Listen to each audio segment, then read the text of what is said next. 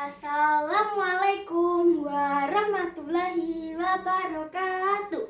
Waalaikumsalam warahmatullahi wabarakatuh. Halo teman-teman, ini adalah sebuah kisah yang menceritakan tentang sebuah tempat yang dinamakan Watu Dukun. Letaknya di persimpangan Kecamatan Jatiroto dan Tirtamoyo. Tepatnya di daerah yang lebih dikenal dengan nama Tunggangan. Ayo teman-teman, kita dengarkan ceritanya ya. Kisah ini diawali dari seorang penambang senopati yang hendak pulang ke Mataram. Setelah bertemu calon permaisurinya yang berasal dari Madiun. Jalan yang dilewati penambang senopati dan permaisuri sangatlah jauh. Mereka harus melewati sungai, hutan, dan pegunungan. Di tengah perjalanan, penambang senopati dan permaisuri dirampok 3 pemuda. Semua barang yang dibawa diminta. Namun penambang senopati tak gentar ketika pemuda tersebut kalah dalam melawan penambang senopati. Lalu mereka meminta maaf. Mohon kami, Kanjeng Raden. Kalian saya maafkan, tetapi ada syaratnya. Berhenti untuk merampok. Lalu penambang senopati melanjutkan perjalanan. Dalam perjalanan menuju tengah hutan, penambang senopati mendengar tangisan permaisurinya. Duh, Adinda, apa kiranya yang menyebabkanmu menangis dan bersedih? Namun sang permaisuri tak menjawab. Apa ada hewan yang kau takuti? Atau masih ada yang membuatmu risau?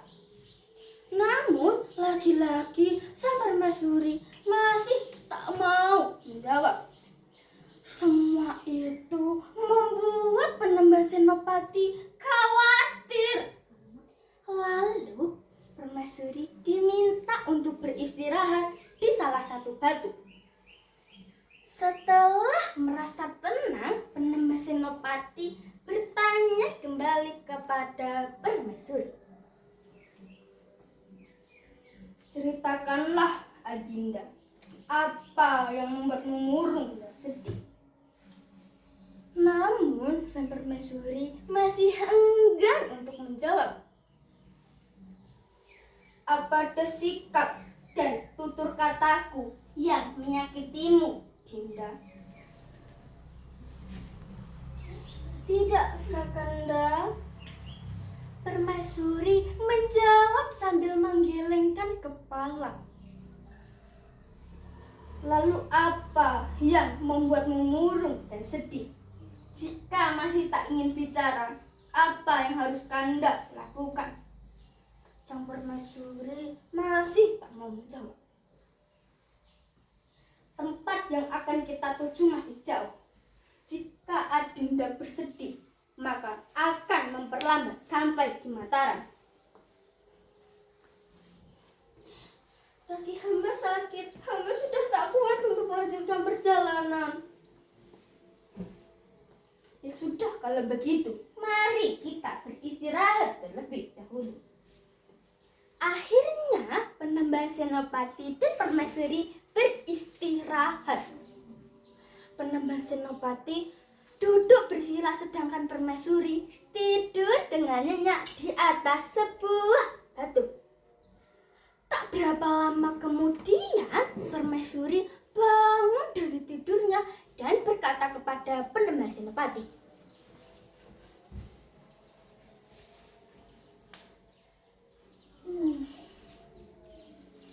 Badan hamba terasa segar, lelah letihnya hilang. Apa Kanda memijat kaki hamba?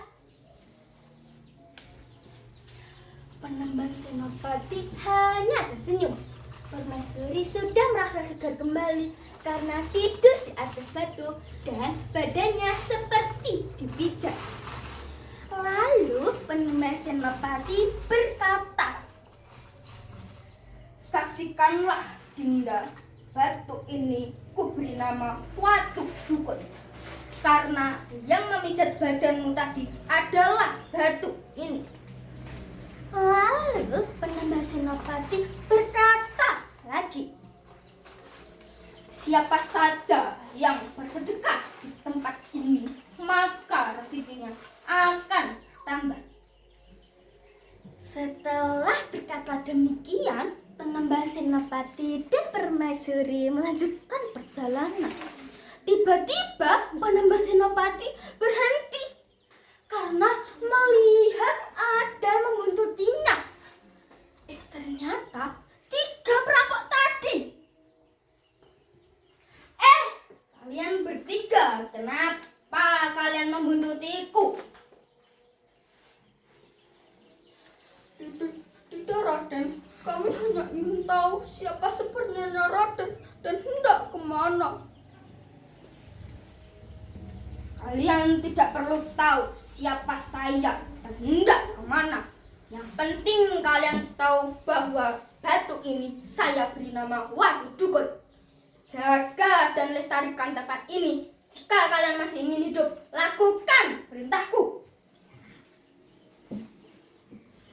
Baik, Raden. Ketiganya pun menjawab dengan bersama. Lalu penambang Senopati dan permaisuri melanjutkan perjalanannya kembali. Dan tempat yang dinamakan Watu Dukun itu dijaga dan dilestarikan hingga sekarang, agar alam tidak merusak serta untuk mengenang sejarah. Semua warga yang masih percaya dan sering bersedekah di tempat itu meyakini bahwa rezekinya akan bertambah. Demikian cerita dari saya. Apabila ada salah, mohon dimaafkan ya. Bunga melati tumbuh di pekarangan, tumbuh cepat, segar besar. Apabila saya masih banyak kekurangan, maklum, masih tahap belajar. Wassalamualaikum warahmatullahi wabarakatuh. Waalaikumsalam warahmatullahi wabarakatuh.